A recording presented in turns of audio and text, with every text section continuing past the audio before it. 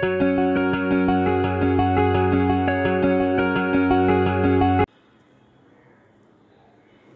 అండి. ఈరోజు ఎంతో రుచికరంగా ఉండే ఎంతో అమోఘమైన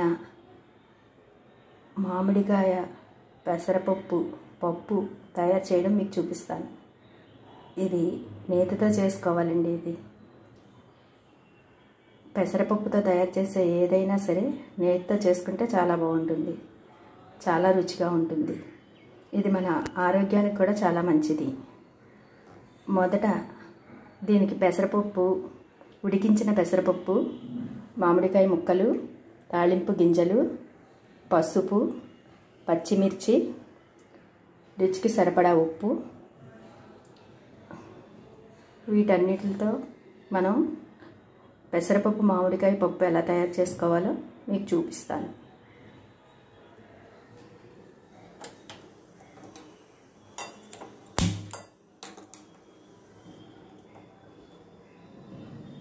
బాణీలు పెట్టి పొయ్యి మీద బాణీలు పెట్టి చక్కగా తాలింపు గింజలు వేసుకుని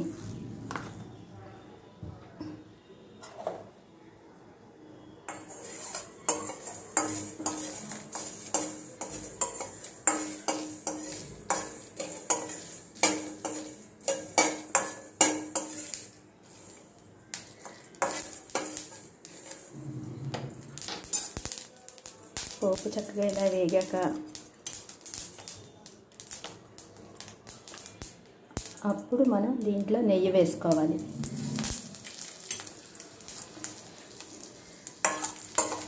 ఇలా నెయ్యి వేసి తాళింపు పెట్టుకోవడం వలన మామిడికాయ పప్పు చాలా టేస్ట్గా ఉంటుంది. ఈ మామిడికాయ పప్పు చాలా ఈజీ అండి. పదార్థాలన్నీ ఒక దగ్గర పెట్టుకుని ఉడకపెట్టిన పెసరపప్పు రెడీ చేసుకుంటే ఒక్క 3 మినిట్స్లో మనకి మామిడికాయ పప్పు రెడీ అయిపోతుంది. ఇలా పోపు గింజల్ని వేపుకుని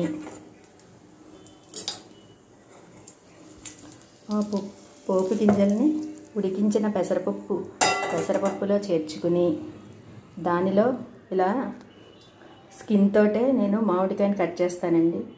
అలాగ స్కిన్తో కట్ చేసిన మామిడికాయ ముక్కల్ని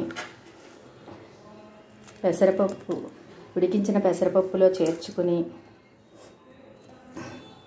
దానికి సరిపడా ఉప్పు చేర్చి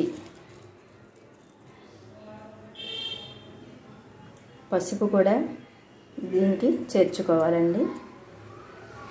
అలాగే పచ్చిమిర్చి ముక్కలు కూడా వేసుకోవాలి. ఇలా తయారైన ఈ మిశ్రమం మనం ఓవెన్లో అయితే ఒక్క 5 మినిట్స్ ఉంచుకుంటే మనకి పప్పు రెడీ అయిపోతుంది. అదే కుక్కర్లో అయితే ఒక్క విజిల్ వస్తే మనకి కుక్కర్లో పప్పు రెడీ అవుతుంది. ఇది రెడీ అయ్యాక మా మెనూలో దీన్ని చేర్చిన విధానం మీకు చూపిస్తాను. హాయ్ అండి. ఎంతో రుచికరంగా ఉండే శనగపిండి పాటొడియం అంటారండి దీన్ని. ఇది మా అత్తగారు చాలా బాగా చేస్తారు. ఇది చేస్తే ఇంకా మా ఇంట్లో ఎంత ఇష్టంగా తింటామో చెప్పలేమండి. దీనికి ఎన్నో ఐటమ్స్ అక్కర్లేదండి, 3 ఐటమ్స్ ఉంటే సరిపోతాయి. శనగపిండి ఒక అరకప్పు, ఒక 5 పచ్చిమిర్చి చీలికలు, మనం వేపుకోవడానికి నెయ్యి. ఈ ఐటమ్స్తో మనం శనగపిండి పాటొడియం ఎలా తయారు చేయాలో మీకు నేను చేసి చూపిస్తాను.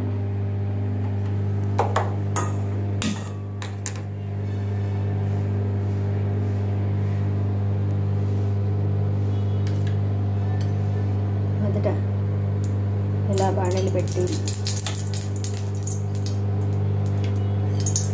దానిలో 1 స్పూను నెయ్యి వేసుకుని దానిలో పచ్చిమిర్చి చీలికలు వేసి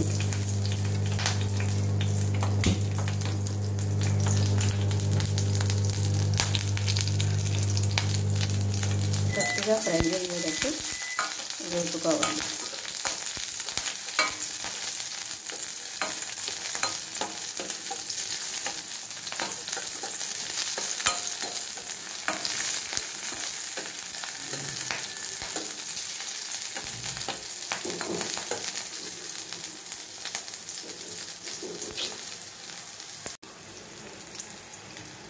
ఈ పచ్చిమిర్చి డ్రై రోస్ట్ చేసుకుని పచ్చిదనం పోయి మనకు కొంచెం డ్రైగా తయారైతే సరిపోతుంది. ఇంకా బాగా డ్రై చేసుకోవాలనుకుంటే కూడా చేసుకోవచ్చు. ఇప్పుడు దీనిలో శనగపిండి యాడ్ చేసుకోవాలి. యాడ్ చేసుకుని దీన్ని మనం చక్కగా కలుపుతూ ఒక 5 మినిట్స్ ఇలా కలుపుతూ శనగపిండి మనకి కమ్మదనమైన వాసన వచ్చే వరకు వేపుకోవాలి.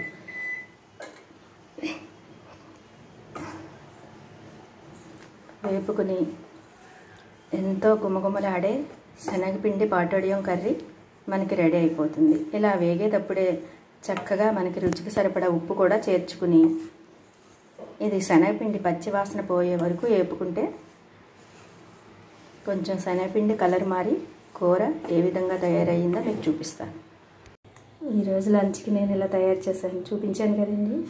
పెసరపప్పు, మామిడికాయ పప్పు, శనగపిండితో పచ్చిమిరపకాయ పాటోడియం కూర, పెసరపప్పు నేతితో కట్టు, పెరుగు, నెయ్యి.